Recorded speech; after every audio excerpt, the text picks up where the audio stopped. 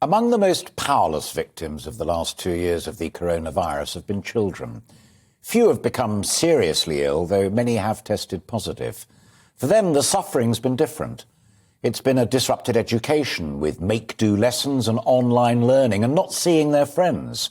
For their parents, there's been the worry and the disruption of their own working lives as issues such as childcare come into play and the not knowing when a whole bubble might be sent home just because one child has tested positive. In the longer term, the great and the good of the education world have hatched catch-up plans, begged for big bucks, banked some of the better make-do measures for future use, and lots more besides. But today comes a fresh call from the Education Secretary to hire retired teachers, a call to arms to return to the chalk face to help out. Now, when I read that, on the face of it, it seemed to me sound. Now is the time for all good men and women to come to the aid of the country. But on closer examination, it's flawed and has caused a storm of protest among the teaching profession. Many make the point that had the government prioritised school staff on vaccinations and boosters in the first place, this would be much less of an issue. But that, of course, is history. They also ask, more poignantly, why staff were not automatically boosted when teams went into schools to jab kids. Schools, therefore, remain places of relative danger, especially for older, vulnerable folk, like retired teachers. Why would one put them in the line of fire? If, however, they do take up the challenge, what will they be paid? A supply teacher's rate? A salary equivalent? And what impact will all of that have on their pensions? Will they still be subject to disclosure and barring service checks just to make sure that they are safe? Will they be waived, risky, or speeded up? And to be blunt, if they've been out of the classroom for more than 6 months, a year, or even longer, who's going to bring them back up to speed?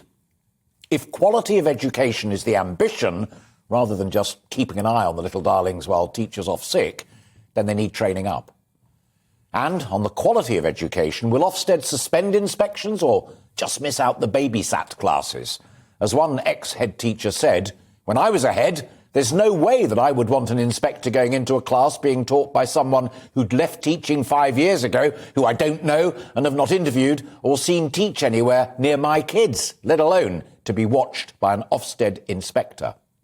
So who will guard these guardians invited to flood back? Will heads interview them, see them teach? Will they have time? What's more, how about the much vaunted tutoring programme? Has it been in action? Has it achieved targets? Who is checking on that?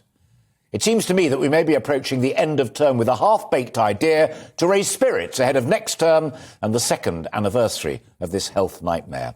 With Omicron fast taking a firm grip, come January 2022, we face the prospects of having schools riddled again with COVID, underfunded and understaffed, asking the oldest and most vulnerable to take the risk for the rest.